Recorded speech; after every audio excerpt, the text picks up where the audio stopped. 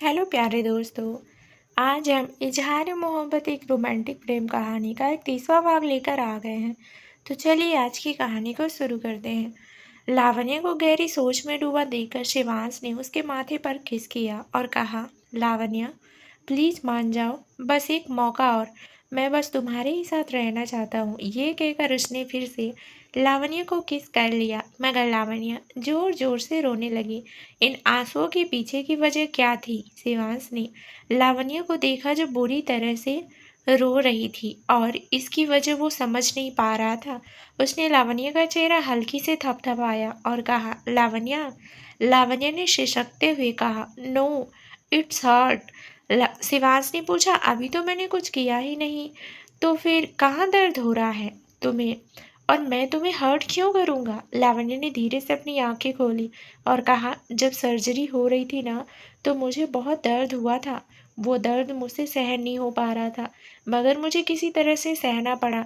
मैं अकेली ही थी, मेरे साथ कोई नहीं था मुझे चीयर अप करने के लिए। तुम मुझे छोड़कर जा चुके थे शिवांश। तुम्हारा हाथ पकड़ने के बजाय मैंने हॉस्पिटल सीट्स को कसकर पकड़ा हुआ था। धीरे धीरे लावण्य की आवाज़ और भारी होती गई और उसने कहा, मैंने अकेले ही वो दर्द सहा। आधे घंटे तक मेरी सर्जरी हुई और वो आधा घंटा मेरे लिए सबसे ज़्यादा दर्द से भरा था। मैंने हर एक मिनट गिना। मैं प्रे कर रही थी कि मेरा दर्द कम हो जाए, मगर गुजरते वक्त के साथ मेरा दर्द बढ़ता ही गया।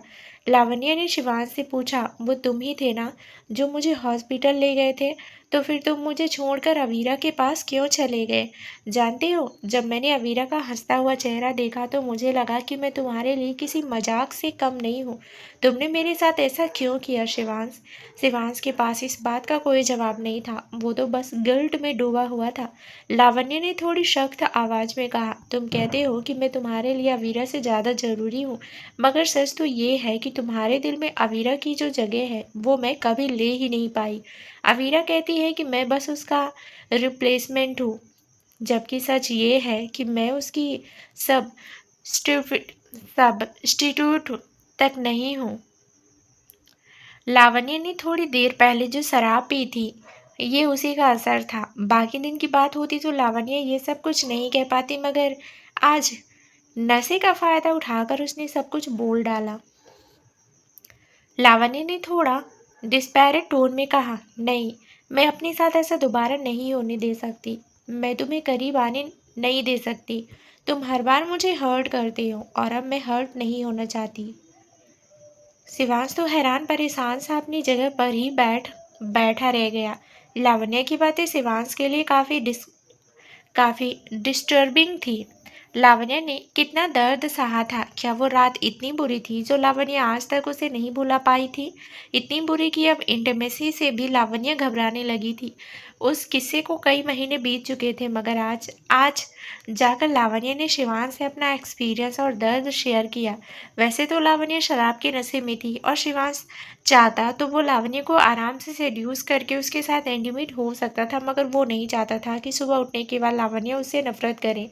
लावण्य की सभी बातें सुनकर शिवांश के डिजायर्स कहीं गुम हो चुके थे और वो लावण्य का दर्द महसूस कर पा रहा था।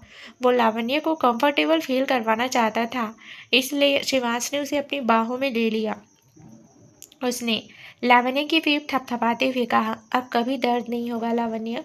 मैं कभी तुम्हारे साथ रफली बिहेव नहीं करूँगा, तुम्हें हर्ट नहीं करूँगा, और आगे से हम कभी हॉस्पिटल जाएंगे तो मैं तुम्हारा साथ नहीं छोड़ूंगा, आई प्रॉमिस। पर लावण्य की ओर से कोई जवाब नहीं आया, क्योंकि वो सो चुकी थी। शिवांश ने गौर से उसका चेहरा देखा। आंसू के कारण अभी भी लावण्य के गाल भीगे हुए थे। शिवांश ने धीरे से उन आंसू को साफ किया और लावण्य के माथे पर सॉफ्टली किस किया। इस पल ही शिवांश ने महसूस किया कि एक नर्म दिल उसके अंदर भी मौजूद है। वो हमेशा खुद को एक पत्थर दिल इंसान समझता था, मगर लावण्य के कारण उसकी ये साइड भी बाहर आ ही गई। तभी तो सिर्फ लावण्य के लिए वो हमेशा अपने रूल्स तोड़ देता था, उसका ख्याल रखता था और इच्छाएं पूरी करना चाहता था। मगर लावण्य ने ये चीज़ कभी महसूस क्यों नहीं की? इसका सिंपल सा जवाब ये था कि उसे हर कीमत पर शिवांश से दूर जाना था। वो एक कठिन जिंदगी जीने को तैयार थी, मगर उसे शिवांश के पास लौटना मंजूर नहीं था। मगर शिवांश का मानना था कि उसके अलावा लावण्य के लिए कोई परफेक्ट है ही नहीं। हर कोई लावण्य को कुछ न कुछ नुकसान पहुंचाएगा, पर वो शिवांश ही होगा जो लावण्य को प्रोटेक्ट करेगा। शिवांश को अपने नेचर के बारे में मालूम था। वो ये भी जानता था कि वो कई सारी गलतियां कर चुका है, मगर वो लावण्य को छोड़ने के लिए तैयार नहीं था। उसने लावण्य के गालों को सहलाते हुए कहा, तुम सिर्फ मेरी हो और मेरी ही रहोगी। आज भले ही हमारी सुलह नहीं हो पाई, पर जल्दी ही मैं सब कुछ ठीक कर दूंगा। फिलहाल शिवांश को इसी बात से सुकून मिल रहा था कि लावण्य और प्रखर एक दूसरे से दूर हो चुके हैं।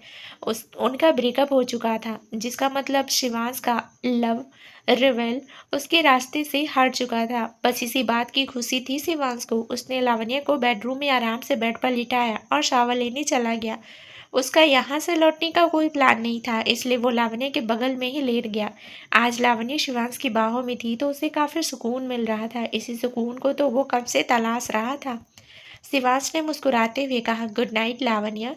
जब सुबह सुबह तुम मुझे अपने बगल में पाओगी तो मैं तुम्हारा रिएक्शन एंजॉय करने के लिए तैयार रहूंगा। उसके रिएक्शन के बारे में सोचकर शिवांश को अभी से ही हंसी आ रही थी। फिर भी उसने सब कुछ सोचना बंद किया और चुपचाप सो गया। सुबह जब लावण्य ने अपनी आंखें खोली तो उसने महसूस किया कि उसे किसी चीज ने जकड़ा हुआ है। करवट बदल कर देखा तो ये शिवांश था। पहले तो लावण्य उसे अपने पास देखकर कंफ्यूज थी। शिवांश यहाँ क्या कर रहा था, वो यही सब सोच रही थी। तभी शिवांश ने पूछा, क्या हुआ, मुझे ऐसे क्यों देख रही हो? मुझे मॉर्निंग किस चाहिए, राइट? तुम्हें मॉर्निंग किस चाहिए, राइट? लावण्य ने चढ़ते हुए पहुंचा। व्हाट द हेल, तुम मेरे अपार्टमेंट में क्या कर रहे हो? अंदर कैसे आए तुम? और मेरे बिस्तर में? वेट, तुमने कपड़े क्यों नहीं? इससे पहले ही शिवांश ने लावण्य को किस कर लिया। बहुत समय बाद ये मौका मिला था और शिवांश इस मौके का अच्छे से फायदा उठाना चाहता था। उसने बहुत ही नरमी से और पैशन के साथ लावण्य को किस किया। ना चाहते हुए भी लावण्य को उसे किस बैक करना पड़ा, क्योंकि उसकी बॉडी खुद ब खुद रिएक्ट कर रही थी। मगर अचानक ही लावण्य को रात की सारी बातें याद आने लगी। उसका शराब पीकर सोना, फिर शिवांश का अपार्टमेंट में आना, शिवांश के साथ एक किस शेयर करना, रोते हुए शिवांश के साथ अपना दर्द शेयर करना, ये सब कुछ लावण्य को याद आया। उसने खुद से पूछा, कहीं हम दोनों के बीच कुछ हुआ तो नहीं? ये सोचते ही लावण्य ने शिवांश को खुद से दूर धकेला और ब्लैंकेट उठाकर खुद पर नजर डाली। जब लावण्य ने देखा कि उसने रात वाले कपड़े ही पहने हैं तो उसे चैन की सांस लेते हुए कहा, उसने, थैंक गॉड। शिवांश ने महान बनते हुए कहा, अब तुम इतना रो रही थी तो मैं आगे कैसे बढ़ सकता था? सिर्फ तुम्हारे लिए मैंने अपने डिजायर्स को दबाया और भगवान को थैंक्स कह रही हो? लावण्य ने घूर कर शिवांश को देखा, मगर जल्दी ही अपना मुंह फेर कर अपनी आंखें बंद कर ली। उसने चढ़ते हुए कहा, जस्ट शट अप शिवांश, अपने कपड़े पहनो और निकलो यहाँ से। इस तरह सोने का मतलब ही क्या था? शिवांश ने अपनी जगह से उठते हुए बड़ी बेशर्मी के साथ कहा, यहाँ मेरे लायक कपड़े नहीं थे और तुमसे शर्माने की जरूरत तो मुझे है ही नहीं। अगली बार ना मेरे लिए कुछ कपड़े यहाँ रख लेना ताकि मुझे आसानी हो। पर फिर उसने लावण्य के करीब आकर सेंसुअल टोन में पूछा, पर तुम तो मुझे बिना कपड़ों के देखना ही प्रेफर करोगी, राइट? लावण्य ने शिवांश को खुद से दूर धकेलते हुए कहा, पता नहीं तुम जैसे बेशरम इंसान से मेरा पाला कैसे पड़ गया। मैंने कभी सोचा नहीं था कि सबके सामने सीरियस रहने वाले इंसान की ये सैमलेस साइड भी है। लावण्य के इस कमेंट का शिवांश पर कोई भी असर नहीं हुआ। उसने बड़े आराम से अपने कपड़े उठाए और जानबूझकर लावण्य के सामने ही तैयार होना शुरू किया, मानो कल रात उसके और लावण्य के बीच सचमुच कुछ हुआ था। लावण्य ने नजरें फेरते हुए कहा, जल्दी से तैयार होकर जाओ यहाँ से और चाबी टेबल पर रखते जाना। शिवांश ने कहा, एक्सक्यूज मी, ये डुप्लीकेट की है जो मैंने अपने पैसों से बनवाई है, तो फिर ये मैं तुम्हें क्यों? लावण्य ने गुस्से में दांत पीस लिए। शिवांश ने अपने कपड़े ठीक किए और फिर लावण्य के पास आकर धीमी आवाज में कहा, लावण्य, इस बार मैं सीरियस हूँ, प्लीज इस रिश्ते को एक मौका देकर देखो। मैं तुम्हारा साथ कभी नहीं छोड़ूंगा। अभी एक दूसरे को डेट करते हैं और जब सही मौका आएगा तो शादी भी कर लेंगे।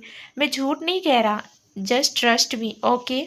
लावण्य ने तुरंत कहा, I don't trust you. Shivansh ने कुछ कहने के लिए अपना मुंह खोला, तभी उसे किसी का कॉल आने लगा।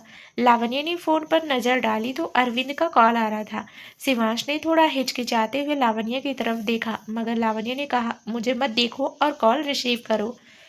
अगर अभी शिवांश लावण्य को थोड़ा और एक्सप्लेन करता और उसे एक मौका मांगता तो शायद इस सिचुएशन पर लावण्य गिव अप कर देती, क्योंकि शिवांश के शब्दों में सिंसियरिटी महसूस की जा सकती थी।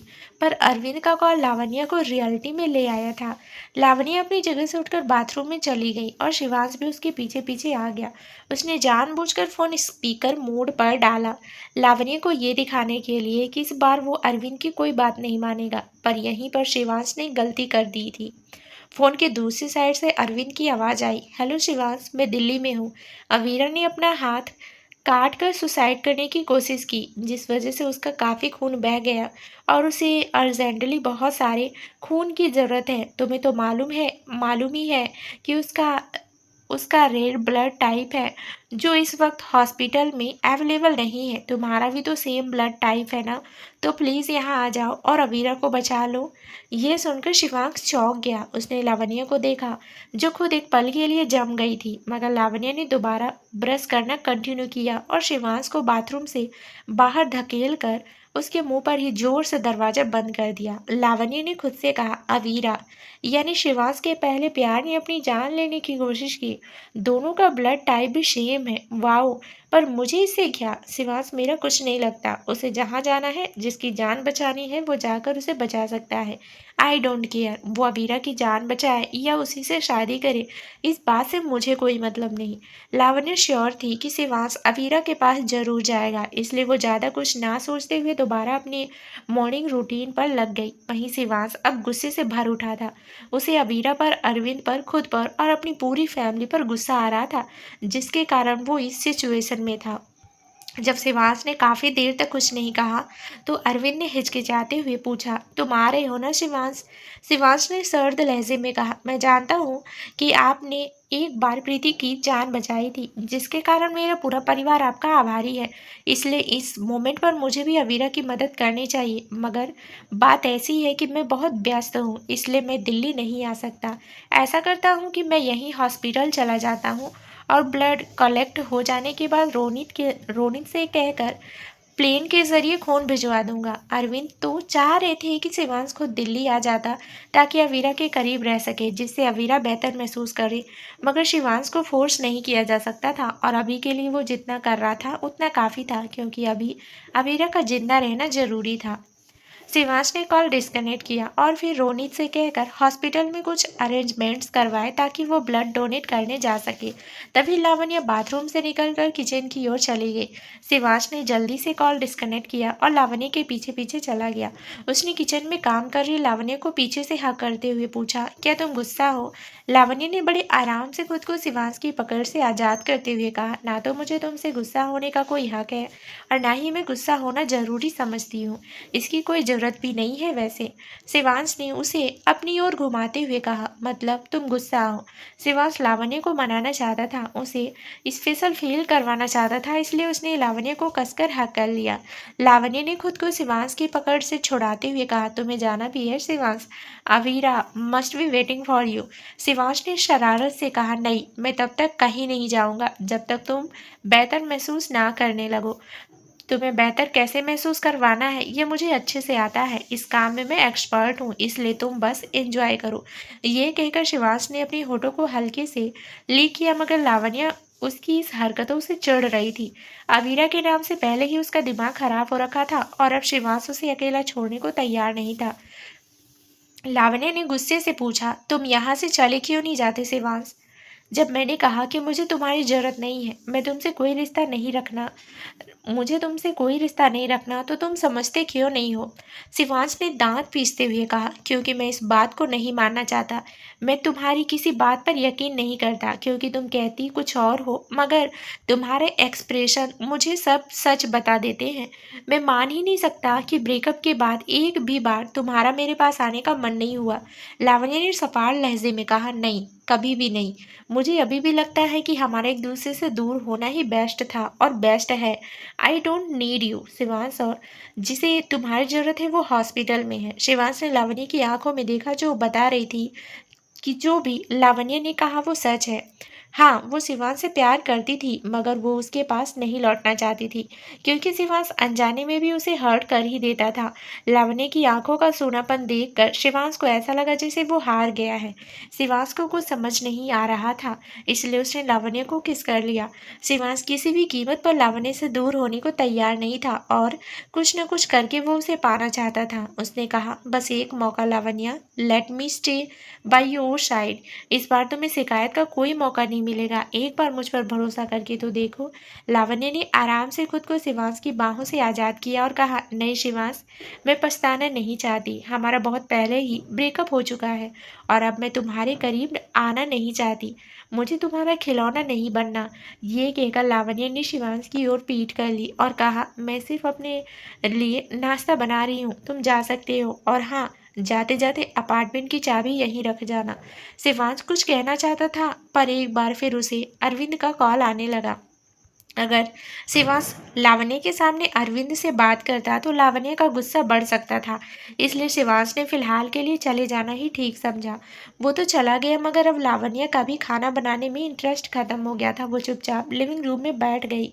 तभी किसी ने डोरबेल बजाई। लावण्य ने कसकर अपनी आंखें बंद कर ली और कहा, ओह गॉड, ये इंसान मुझे चैन से जीने क्यों नहीं देता। मैंने कौन सा पाप किया था जो मैं शिवांश से मिली।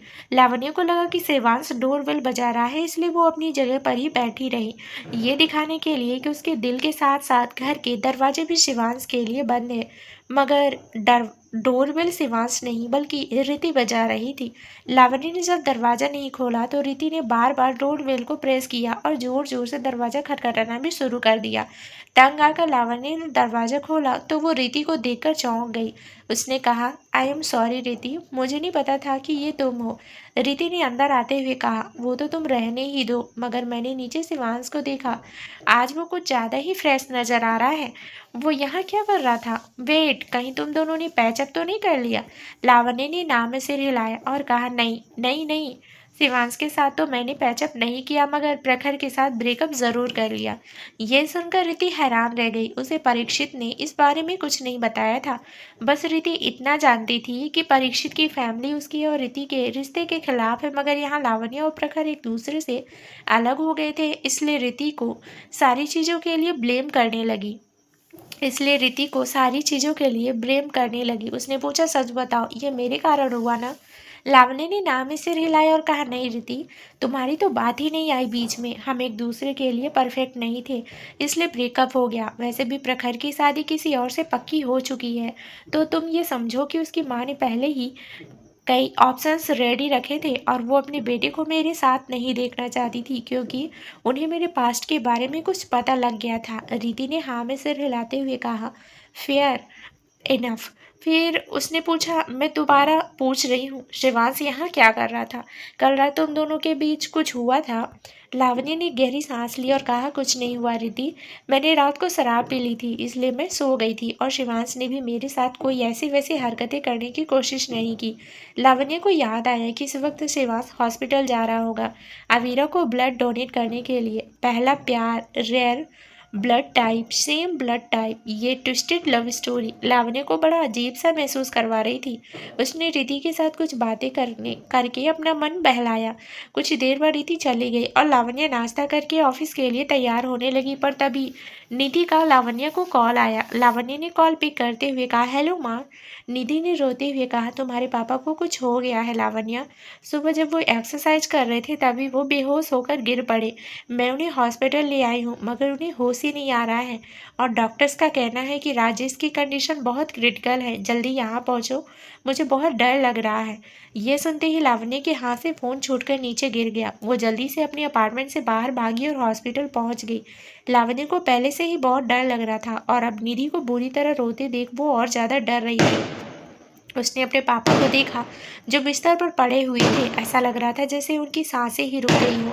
लावण्य से ये देखा नहीं गया, इसलिए उसने अपनी नज़रें फेर ली। डॉक्टर ने लावण्य से पूछा, पापा को क्या हुआ है डॉक्टर? डॉक्टर ने जवाब दिया, ये एक क्रिटिकल केस है जिसमें सर्जरी की ज़रूरत है। इसमें कई सारी दिक्कतें हैं। पहले तो सर्जरी में रिस्क है, क्योंकि उसके सक्सेसफुल होने के बाद 50% चांसेस हैं। ऊपर से इस सर्जरी को परफॉर्म करने वाले एक्सपर्ट्स यहाँ नहीं हैं। उन्हें स्पेशल रिक्वेस्ट पर बुलाना पड़ेगा। लावण्य के मुंह से तो शब्द ही नहीं निकल रहे थे। उसने निधि को देखा जो जमीन पर बैठकर जोर जोर से रो रही थी। उन्हें देखकर तो डॉक्टर को भी सिंपैथी होने लगी, मगर उनके हाथ में कुछ नहीं था। तभी रूम का दरवाजा खुला और शिवांश के साथ सारिका ने अंदर एंट्री ली। डॉक्टर तो उन्हें देखते ही पहचान गए और तुरंत ग्रीट करने चले गए। सारिका के पूछने पर उन्होंने राजेश की सिचुएशन सबको एक्सप्लेन की। सारिका ने राजेश पर नज़र डालते हुए कहा, मिस्टर शेखावत शिवांश सर के करीबी हैं और उनके लिए खास भी है, इसलिए सर अपने कनेक्शंस यूज़ करके एक्सपर्ट की टीम को यहाँ बुला सकते हैं। फिर उसने पूरे कमरे पर नज़र डाली और कहा, इस कमरे की हालत कुछ अच्छी नहीं है, इसलिए पेशेंट को जल्दी से जल्दी वीआईपी वार्ड में शिफ्ट करवाइए। इनकी सर्जरी का इंतजाम करवाइए। एक्सपर्ट भी जल्दी ही यहाँ पहुँच जाएंगे। अब शिवांश खुद चलकर यहाँ आया था तो डॉक्टर उसे ना नहीं कह सकते थे। भले ही शिवांश खामोश था, मगर सारिका उसे ही रिप्रेजेंट कर रही थी, इसलिए इस समय सारिका की कही बात पत्थर की लकीर थी। कुछ ही देर में राजेश को सभी सुविधाओं वाले वीआईपी वार्ड में शिफ्ट कर दिया गया था। सर्जरी की तैयारी हो चुकी थी और एक्सपर्ट्स की टीम आने के लिए तैयार थी। लावण्य खामोश एक कोने में खड़ी थी। उसे तो कुछ समझ ही नहीं आ रहा था। ऐसा लग रहा था जैसे ये कोई सपना या मूवी थी जहाँ हीरो ने बिल्कुल सही समय पर एंट्री की थी। अब लावण्य को अपनी हरकतों पर अफसोस हो रहा था। उसे ऐसी फीलिंग्स आ रही थी जैसे वो शिवांश के एहसानों तले दब चुकी थी। मगर अगर लावण्य को मालूम होता कि अभी ऐसा कुछ होगा तो क्या वो शिवांश को इतनी बुरे तरीके से रिजेक्ट करती? पैचअप नहीं तो कम से कम वो दोनों कैजुअल फ्रेंड्स की तरह तो रह सकते थे। शिवांश ने लावण्य के ख्यालों को भांप लिया और पूछा, लावण्य क्या तुम्हें लगता है कि मैं ये सब जानबूझकर कर रहा हूँ? क्या तुम्हें ऐसा लगता है कि मैं मौके का फ़ायदा उठाकर तुम्हें अपने करीब आने के लिए मजबूर करना चाहता हूँ? शिवांश लावण्य के साथ फ्रेश स्टार्ट चाहता था, पर लावण्य के हिसाब से शिवांश को बस फिजिकल इंटीमेसी से मतलब था। शिवांश के सवाल का कोई जवाब लावण्य के पास नहीं था। बाकी वक्त की बात होती तो लावण्य उसे अच्छा खासा जवाब दे देती, मगर अभी लावण्य शिवांश के एहसान के बोझ तले दबी हुई थी, इसलिए उसे कुछ बोला ही नहीं गया। 2 घंटे के अंदर एक्सपर्ट्स की टीम मुंबई पहुंच चुकी थी और खुद शिवांश उन्हें लेने एयरपोर्ट पहुंचा था। राजेश का ट्रीटमेंट शुरू हो जाने के बाद निधि ने चैन की सांस ली और सारिका से कहा, thank you so much. Sarika ने मुस्कुराते हुए कहा, थैंक यू मुझे नहीं बल्कि शिवांश सर को कहिए। ये जो डॉक्टर यहाँ आए हैं उन्हें बुला पाना हर किसी की बस की बात नहीं है, मगर सर ने ये कर दिखाया।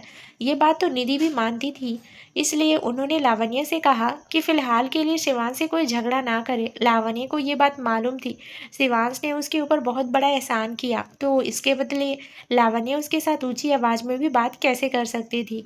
लावण्य ने एक गहरी सांस ली और शिवांश के बगल में बैठ गई। उसने कहा, थैंक यू शिवांश, तुमने मुझ पर बहुत बड़ा एहसान किया है। पता नहीं मैं ये एहसान चुका भी पाऊंगी या नहीं, मगर मैं कोशिश ज़रूर करूंगी। शिवांश ने लावण्य की ओर देखा और पूछा, और ये एहसान तुम कैसे चुकाने वाली हो? लावण्य ने इस बारे में बहुत सोचा।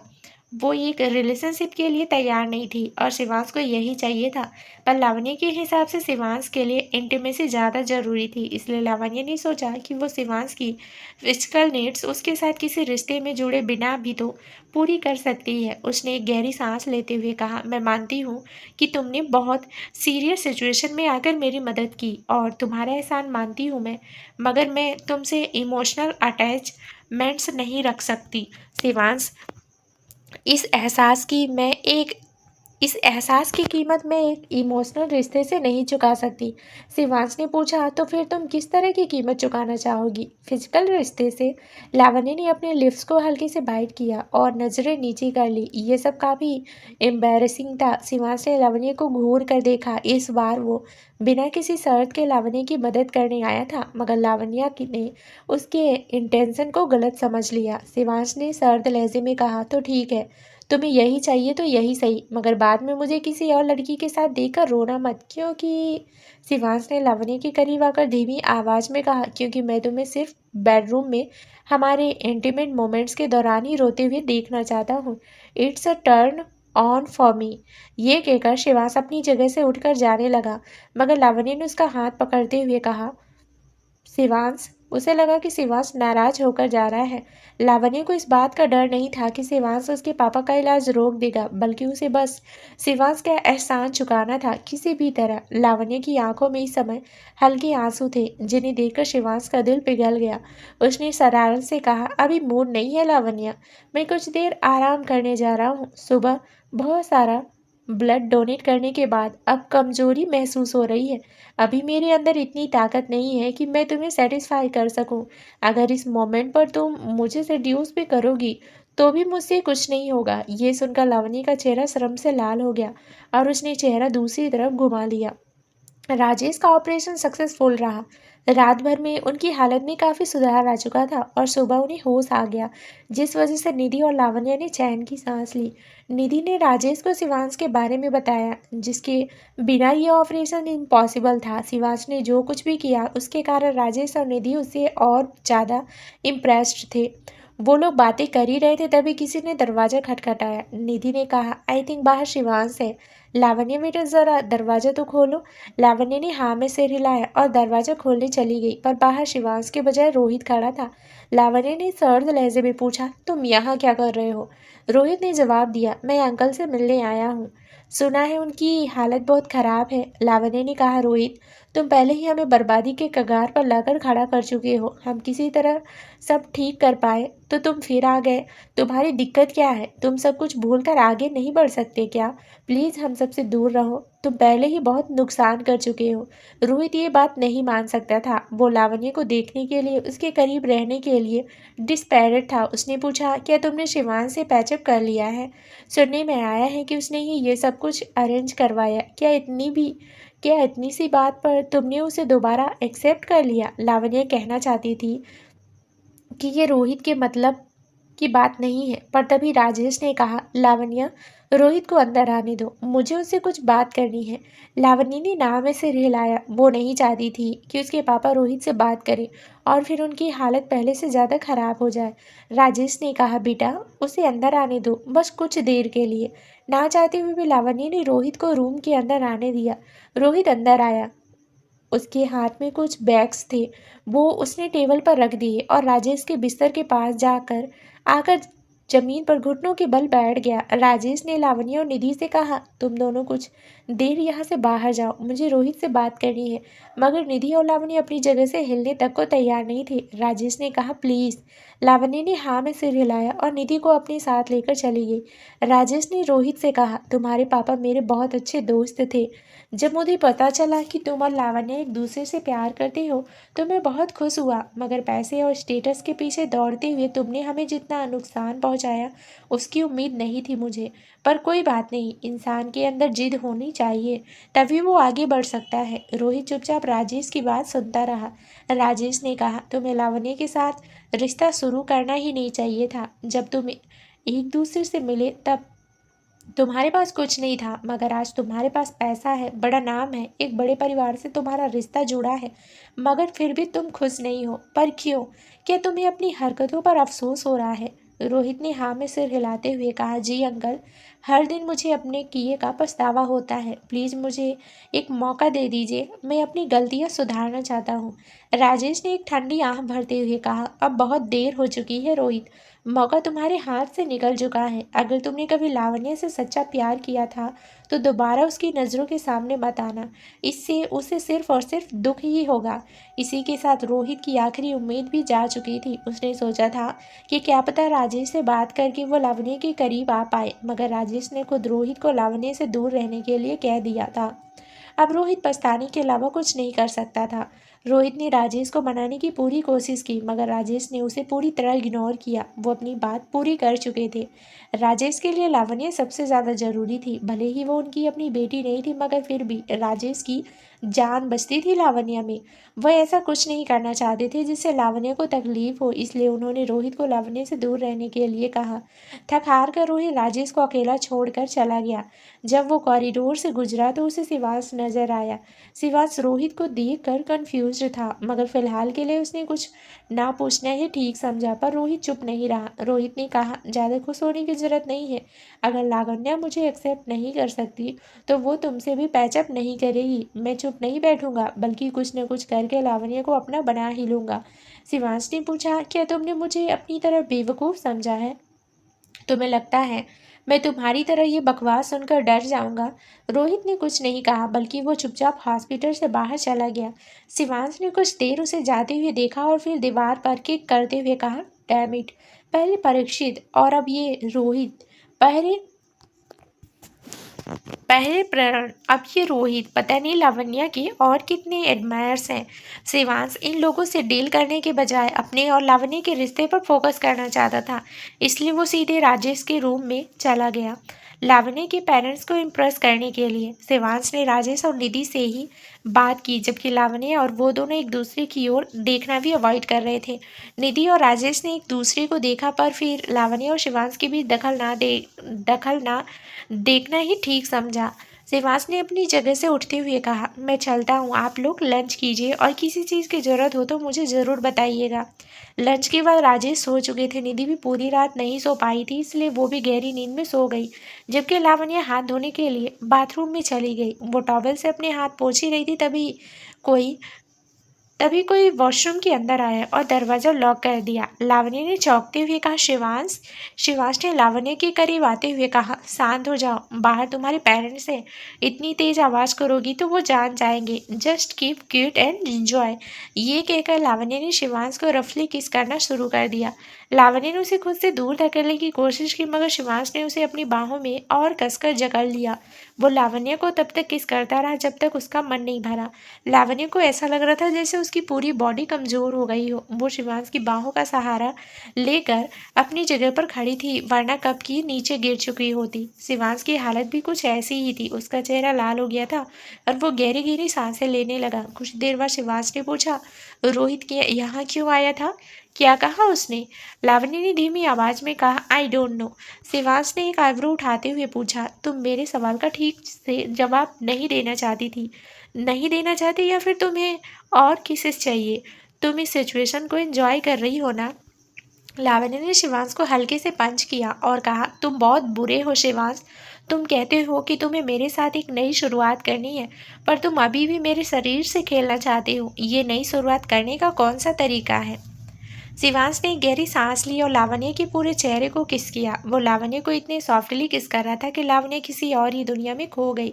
शिवांश ने लावण्य के माथे से अपना माथा जोड़ते हुए कहा, जब कोई आदमी किसी लड़की को पसंद करता है तो उसके साथ एंडमिन होने का ख्याल खुद ब खुद उसके मन में आ जाता है। अब तुम खुद ही सोचो कि अगर मुझे अपने डिजायर्स ही पूरे करने होते तो मैं तुम्हारे आगे पीछे नहीं घूम रहा होता, क्योंकि मेरे लिए लड़कियों की कोई कमी नहीं है। बस बात ऐसी है कि I like you and I desire you. मुझे ना सिर्फ तुम्हारी बॉडी से मतलब है, बल्कि मुझे तुम्हारा साथ भी चाहिए।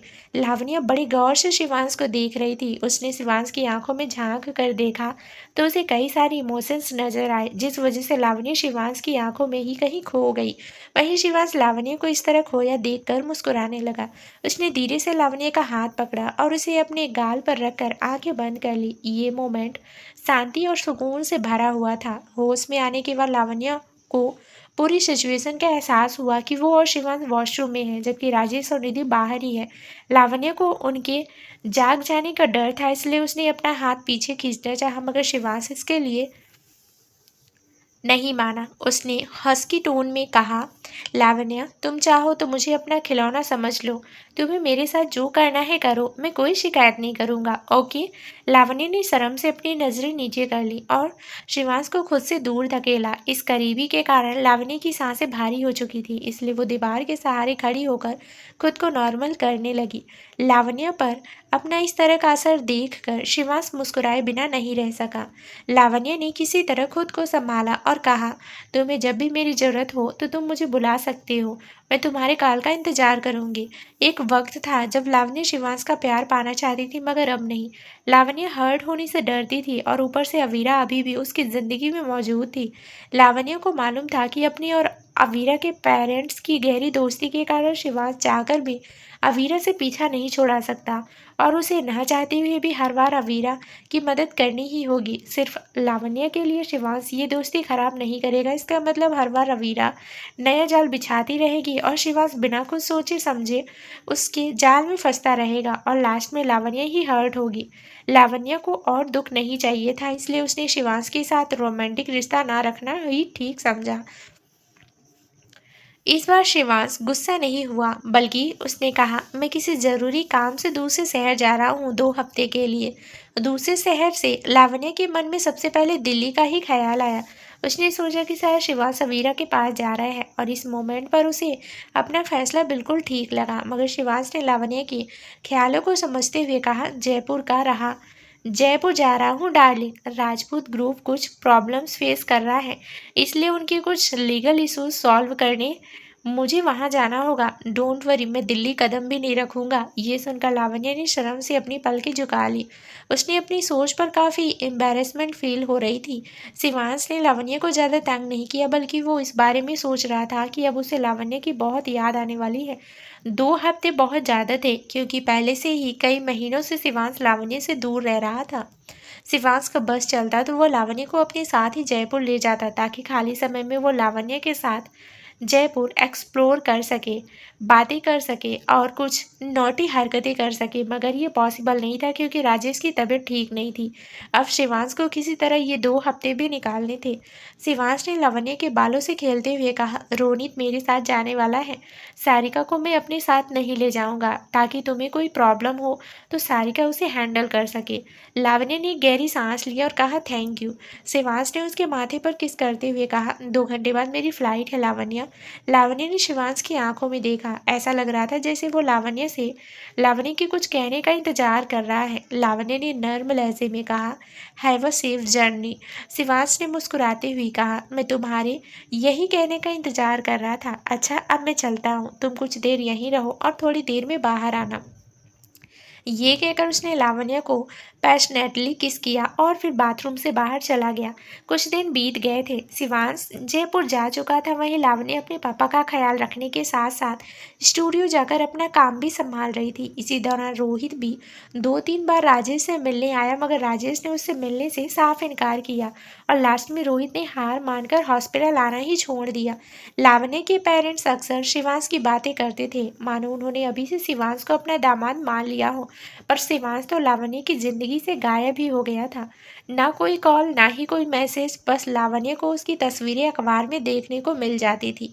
एक दिन जब लावण्य स्टूडियो से घर जा रही थी, तो उसने रिसेप्शनिस्ट को किसी से कहते सुना, Shivansh is so handsome now. मुझे लगता है कि अगर वो नाइट सूट पहनकर भी कहीं निकल जाए ना, तो अच्छे ही दिखेंगे। दूसरी लड़की ने जवाब दिया, हाँ वो तो है, आज तो शिवांश कुछ ज़्यादा ही हैंडसम लग रहे हैं। उन दोनों लड़कियों को बात करते देख लावण्य ने टीवी पर नज़र डाली।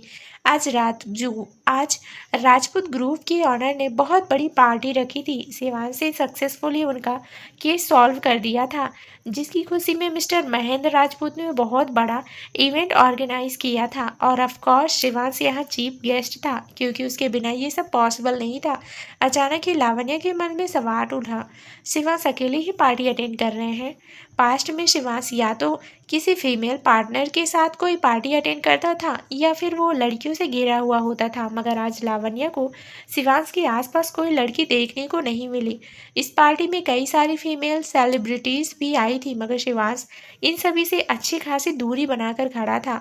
पर यह लावण्य की गलत फहमी थी। ऐसा हो ही नहीं सकता था कि किसी पार्टी में शिवांश हो और उसे फीमेल अटेंशन ना मिले। हाँ, शिवांश ये पार्टी अकेले ही अटेंड की थी, मगर वो सभी के साथ सोशलाइज कर रहा था। बस बात ऐसी थी कि शिवांश को लावण्य के साथ नया रिश्ता शुरू करना था, इसलिए उसने पूरा ध्यान रखा था कि किसी भी न्यूज़ चैनल, अखबार या वेबसाइट पर उसकी और किसी फीमेल सेलिब्रिटी की तस्वीर ना दिख जाए। शिवांश नहीं चाहता था कि लावण्या ये सब देखे, फिर वो जेलस हो और उनका रिश्ता और ख़राब हो जाए। फिलहाल इस समय वो मिस्टर महेंद्र राजपूत से बात कर रहा था। महेंद्र ने कहा, थैंक यू सो मच बेटा, अगर तुम नहीं होते तो मेरा बिजनेस तो बर्बाद ही हो जाता। जो काम कोई दूसरा लॉयर नहीं कर सका, उसे तुमने कुछ ही दिनों में पूरा कर दिया। इससे तुमने एक बार फिर प्रूव कर दिया कि अपने फील्ड में तुम बेस्ट हो। शिवांश ने मुस्कुराते हुए कहा, ये तो मुझे करना ही था मिस्टर राजपूत। आपने मुझ पर भरोसा करके ये काम सौंपा था, तो मैं आपको निराश नहीं कर सकता था। शिवांश के डैड यानी श्याम की ही तरह मिस्टर महेंद्र राजपूत का भी बहुत बड़ा बिजनेस था। यही वजह थी कि शिवांश ने किसी और लॉयर को काम सौंपने के बजाय खुद इस केस को हैंडल किया। वो अब इस पार्टी में बोर होने लगा था, इसलिए उसने कहा, मैं बहुत थक चुका हूँ मिस्टर राजपूत, और अब पार्टी भी ख़त्म होने वाली है, तो मैं चलता हूँ। महेंद्र ने कहा, वेट, मैं करण को बुलाता हूँ, वो तुम्हें तुम्हारे होटल तक छोड़ देगा। उनकी बात मानकर शिवांश खामोशी से अपनी जगह पर खड़ा हो गया। कुछ देर बाद एक लड़का आया जो काफ़ी हैंडसम था, मगर उसके चेहरे पर कोई सीरियसनेस नहीं थी। शक्ल से ही वो प्ले बॉय लग रहा था। शिवांश ने मन ही मन कहा, ओह, तो ये है करण राजपूत, मिस्टर महेंद्र राजपूत का नालायक बेटा। करण के जाते ही महेंद्र ने करण और शिवांश को एक दूसरे से इंट्रोड्यूस करवाया। फिर महेंद्र ने करण से कहा, तुम शिवांश को उनके होटल रूम तक सी ऑफ करके आओगे। इसी बहाने शिवांश से कुछ सीख भी लेना। पूरा दिन कार रेस करने से तुम्हें कुछ नहीं मिलेगा। जिंदगी में आगे बढ़ना है तो थोड़ा सीरियस होना पड़ेगा। ये सुनकर करण ने अजीब सा चेहरा बनाया जो काफ़ी रूड था। महेंद्र ने शिवांश से माफ़ी मांगते हुए कहा, आई एम सॉरी, मेरी वाइफ की बहुत जल्दी ही डेथ हो गई थी और मैं बिजनेस में डूबा रह गया, इसलिए कारण थोड़ा जिद्दी हो गया। वो वही करता है जो उसके मन में आता है, मगर तुम इसे कुछ कहोगे तो शायद इसे कुछ समझ आए, क्योंकि मेरी बात सुनना तो इस लड़के ने छोड़ ही दिया है। शिवांश ने करण को ऊपर से नीचे तक देखा। उसे मीठी मीठी बातें करने का कोई शौक नहीं था, इसलिए उसने कहा, जितना मैं अंदाज़ा लगा सकता हूँ आपके बेटे का फ्यूचर बहुत ब्राइट है मिस्टर राजपूत। लेकिन ये कहकर शिवांश चुप हो गया। वहीं उसके कहे शब्द सुनकर मिस्टर राजपूत खुश हुए, क्योंकि शिवांश एक नज़र में ही इंसान को अच्छे से परख लेता था। पर लास्ट में शिवांश ने लेकिन कह दिया था, इसलिए महेंद्र की स्माइल जल्दी ही गायब भी हो गई। करण ने तीखी नज़रों से शिवांश को देखा। उसे शिवांश बिल्कुल पसंद नहीं था, क्योंकि उसके डैड हर वक्त शिवांश की ही तारीफ करते रहते थे। क्योंकि शिवांश चाहता तो आराम से अपने डैड का बिजनेस ज्वाइन कर लेता, मगर उसने अलग फील्ड को चुना और अपने नाम का परचम भी लहराया। मगर करण को तो अपने डैड के बिजनेस में भी इंटरेस्ट नहीं था, वो बस उनके पैसे ही उड़ाता रहता था। करण ने थोड़े रूड टोन में कहा, अपनी बात पूरी कीजिए मिस्टर शिवांश। महेंद्र ने खा जाने वाली नज़रों से करण को देखा और फिर शिवांश की तरफ देखा। शिवांश ने सीरियस टोन में कहा, करण की उम्र अभी काफ़ी कम है, आई थिंक 22 या 23 साल। इस उम्र में करण को बहुत मेहनत करनी चाहिए, तभी आगे चलकर उसका फल मिलेगा। ये आपका इकलौता बेटा है और उसकी माँ नहीं है, इस वजह से आपने उसे काफ़ी ढील दे दी है। अगर आप थोड़ा स्ट्रिक्ट बने तो काम बन सकता है। बेटे की हर एक इच्छा पूरी करने की बजाय उसके साथ थोड़ा स्ट्रिक्ट हो जाइए और थोड़ी कठिनाइयाँ झेलने दीजिए, तभी उसे मेहनत वाली ज़िंदगी का असली मतलब समझ आएगा। शिवांश की बातों में दम था। महेंद्र को ये बात सही लगी, तो उन्होंने करण से कहा, शिवांश ने ठीक कहा है, अब मुझे तुम्हारे साथ स्ट्रिक्ट होना पड़ेगा, तभी तुम जिंदगी में आगे बढ़ोगे। अब समय आ गया है जब तुम भी कुछ कठिनाइयाँ झेलो, क्योंकि मैं तुम्हें बर्बाद होते हुए नहीं देख सकता। करण को गुस्सा तो बहुत आया, मगर उसने चेहरे पर नकली स्माइल लाते हुए कहा, thanks for the advice mister Shivansh. Shivansh ने मुस्कुराते हुए कहा, यू आर वेलकम। इस वक्त करण कुछ ज़्यादा ही मासूम लग रहा था, मगर उसके दिमाग में बड़ा शैतानी प्लान तैयार हो रहा था। करण के हिसाब से शिवांश उसके मामले में टांग अड़ा रहा था, इसलिए करण को उससे बदला लेना था। उसने मन ही मन कहा, you just wait and watch Shivansh, आज मैं तुम्हें अच्छा सबक सिखाऊंगा। सीरियस होने का बहुत शौक है ना तुम्हें, आज मैं तुम्हें बताता हूँ कि असली सीरियसनेस क्या होती है। मैं अपने टारगेट्स को लेकर कितना सीरियस हूँ, वो तो तुम्हें आज पता लग ही जाएगा क्या करना चाहता था करण। क्या शिवांश उसके बिछाए जाल में फंस जाएगा? तो दोस्तों क्या नया ट्विस्ट होगा इस कहानी में, ये जानने के लिए इस कहानी का अगला भाग जरूर सुने, जो बहुत ही जल्दी इस चैनल पर प्रसारित कर दिया जाएगा। धन्यवाद दोस्तों।